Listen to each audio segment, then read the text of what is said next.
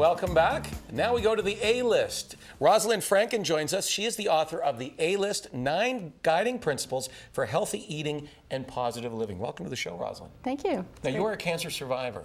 Yes, I am. All right, now how long have you, or when did you were you first diagnosed with cancer? When I was 29 years old, I basically went to sleep one night, woke up at 3 o'clock in the morning, and my neck was so swollen and painful I could not lift my head up off the pillow. Wow. Yeah, and the doctors thought maybe I had a virus or I had mono or something like Sure, that. it comes on so quickly like that, right? Yeah, I had no symptoms. It just all of a sudden was like that, and they sent me for an ultrasound and then a biopsy, and it came back that I had Hodgkin's disease. Oh, wow. Yeah. Now I found that disease, that particular form of cancer, it does hit people around that age sometimes, because we actually had a girl here that we worked with that was around 30 as well, and when she was diagnosed with it, she had some major struggles ahead of her, but she has since overcome that as well, like you. So yes, I did overcome it, but it's quite the experience. Tough one. Now the thing is that I guess, you know, I mean, there's always a positive way to look at things, because obviously this illness forced you to re-examine your life and how you were living it from a health standpoint, right? Very much so, very much so. It forced me to look at how do I want to live my life from this point onward, and are there things I could be doing differently in order to live a happier and healthier life. But yet, at the same time, as I was getting older, by the time I was approaching 40, I still managed to put on all kinds of weight. And as I was approaching 40, I thought to myself, I've already had cancer. I've already lost my health. My mom passed away from cancer that same year.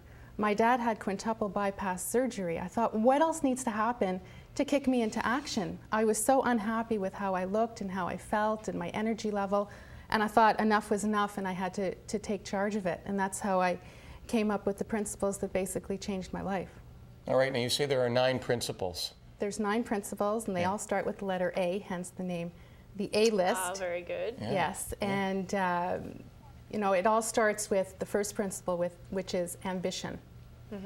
Ambition is so important, because anybody who's trying to reach and maintain a healthy weight and lifestyle, they have to look at what is their level of desire. How badly do they want this? Because a lot of people talk about wanting to change their life, but yet they're not always willing to do something about it. And that's actually the first step, isn't it, really? It is the first step. And sometimes you can get to a point where you just feel like it's too big of an obstacle to overcome, right? Like that you can't turn the clock back or turn your life around, right? And that's the danger point, because then what people do is they're often looking for the quick fix. Yes. Right? And so with the book and with the one-on-one counseling that I do, I work with people who generally have tried all the different diets, who have done the yo-yoing up and down, and who have come to a point to realize that, you know what, if I want this to be a long-term, lifelong change, I'm going to have to take it slow, and I'm going to have to make some serious changes to my lifestyle. And you do have to be very disciplined. I mean, for anybody, it's not easy to lose weight. It's not easy to, I mean, if you were just focusing on that in itself.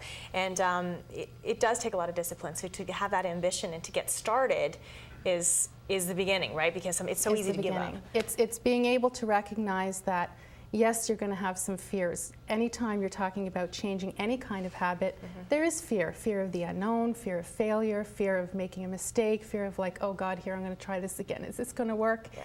And what I encourage people to do is, yes, you're going to feel that fear, but you know what? Do it anyways. You have to keep trying. You have to keep persisting and try something new, because maybe that's what's going to stick, because maybe now you're ready to make the commitment to do it long term. All right, what's another A word on the A list? Another A word is attitudes. I've identified 9 different attitudes that people who struggle with food and weight and lifestyle issues, that these attitudes tend to cause barriers for them to achieve that long-term success. Okay. So there's many of them, but one of them that I like to talk about is the all or nothing attitude. When people go on a diet, typically they say, okay, that's it. All of a sudden they've identified that all carbs are bad, and they say, oh, can't eat that, or can't eat this, can't eat that. And I say to them, if you say that you're never going to have chocolate cake again until you lose the weight, what happens when you've reached your target weight? Then do you say, you're going to reward yourself with a whole bunch of chocolate cake? Yeah. Ooh, now I can eat. Yeah. And you have all this chocolate cake, and all of a sudden your weight starts to go back up. So then what? Then you end up putting the weight back on, and you're more discouraged than you started with.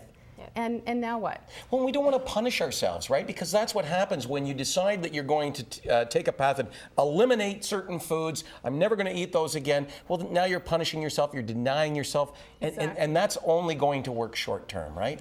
Exactly. And also, I mean, I know for myself and from seeing other people that I work with, there's a certain amount of resentment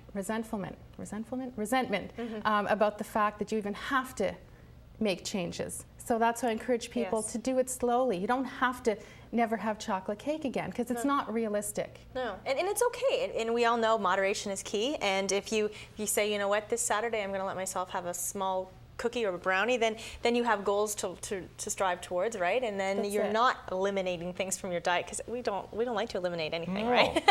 It's not about eliminating, but it's learning how to eat it differently. Right. Because if you continue doing what you're doing, then obviously nothing's going to change. Right.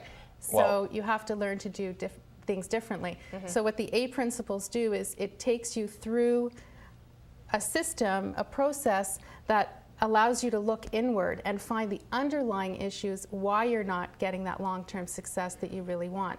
All right, well, Roslyn really practices what she preaches, and when we come back, we're going to show you Roslyn before and after. We'll be right back. Wait.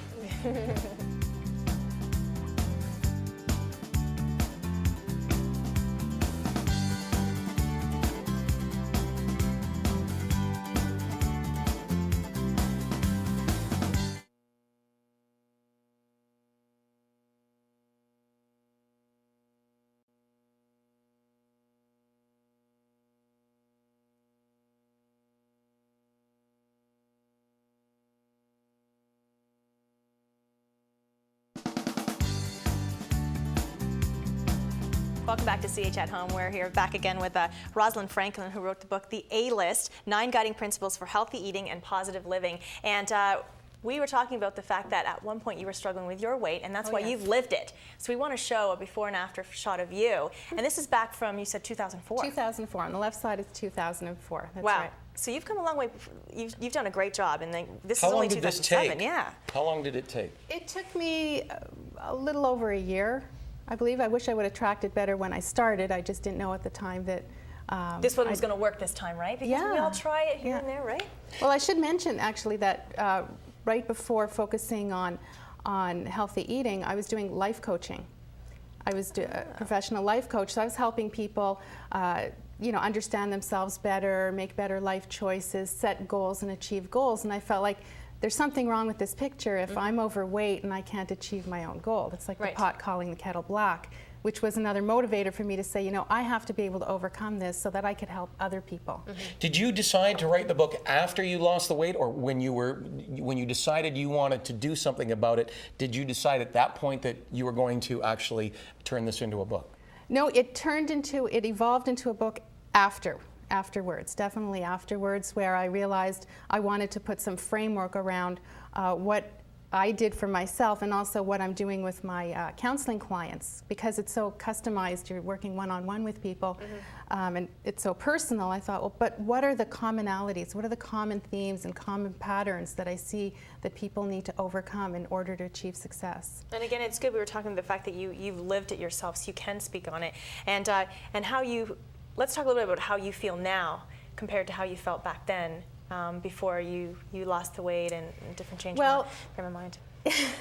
I mean, a lot of people who struggle with their weight are often obsessed with the scale, right? They weigh themselves a lot and they measure their success or failure according to this number staring back at them at the scale.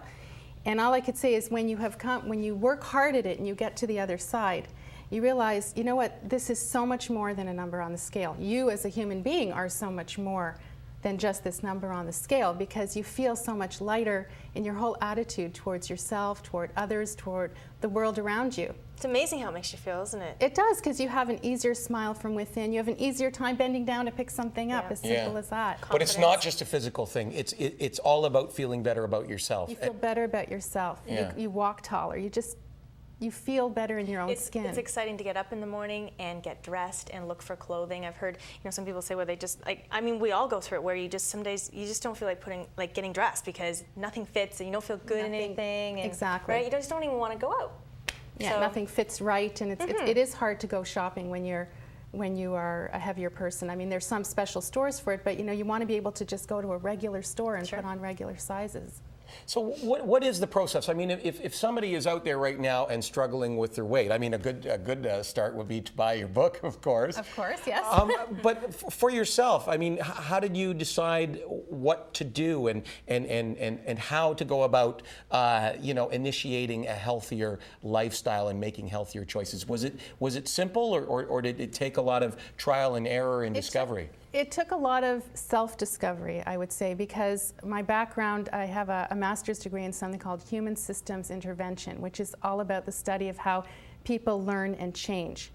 So I had to take these theories and say, like, how do I apply them to me, combined with the coaching skills? And the coaching is really people asking themselves questions, trying to dig a little deeper, understand that how are the things that I'm doing and the way that I'm living my life impacting the way I'm eating and the lifestyle choices. So if you're running around most days like a chicken with your head cut off trying to get everything done, and you've just skipped breakfast, you didn't eat a proper lunch, and then you get home and right before dinner you're absolutely starving, so you eat anything in sight and you don't think about it, and then you had a really hard day at work and you sit down in front of the TV at night and you think, oh, what a hard day, I deserve to Treat myself. Yeah. And then the most logical, rational people that I deal with, who are very responsible in their jobs and making decisions all day, it's completely illogical to reward yourself and treat yourself with something that you're going to feel bad for having put into your system minutes later, or when you look at a photograph of yourself and you look at that person and go, that's like, who is that person looking back at me? Or you go to put your jeans on the next day and you go, why did I eat all that last night? Yeah, then you feel the guilt, and it's an endless cycle. I like looking at your book. It's a very easy read, so it's good for people. I mean, it's titled all the way through, and there's checklists and note places where you can take notes and document what you've been eating, and also just little tidbits of information that give you, for example, when you suggested ask the waitstaff not even to bring the basket of bread, or just have a half of a whole wheat instead of don't do the white, and just giving little tips of information that just kind of kickstart that weight loss program for people, right? Exactly. Just little bits here and there, little decisions here and there that matter, right? Exactly, and I give those tips, but I also give the background information to understand why you want to do those tips, right? And that's the difference. And the places where there's to put notes, it's because I designed the book where there's sections that are in a workbook style. So in there, I put the questions that you need to ask yourself, because people may not take the time to think about them. But if you really sit with the questions and answer them and dig deeper, it's amazing those aha moments that you have. Right. And you go like, oh God, that's exactly me. I do that. And that makes sense that if I try to stop doing that, Exactly. Now, we've got we've got very little time left. You have a couple of events you want to plug for us. We're going to put up your website too, but you've got a couple of engagements coming up, right? Yes, I do. Yeah. Tomorrow at the Chapter Store in Toronto on John Street near the Metro Convention Center. I'm going to be there from 12 till 2 doing a book signing event, so invite everybody to come down and see me. And then for the weekend, there's a Holistic World Expo going on at the Metro Toronto Convention Center.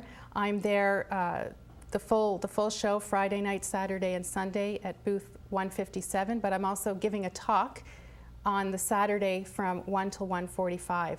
So invite people definitely to come to the talk, as I really go through each of the 8 principles in a lot of detail, and they can meet me there and ask questions. Or you can get the A-list, available at bookstores everywhere, right? Well, it's available from my website, Okay, as well as in Chapters and Indigo stores. You can order it through them. All right. Easiest way is through my website. All right, it's good inspiration. Well, that begins with an I. That doesn't work, right? Find another word. Yeah, it's okay. Is that okay? All right. Roslyn Franken, thanks for joining us today. Thank you so much. All right. We'll wrap the show right after this.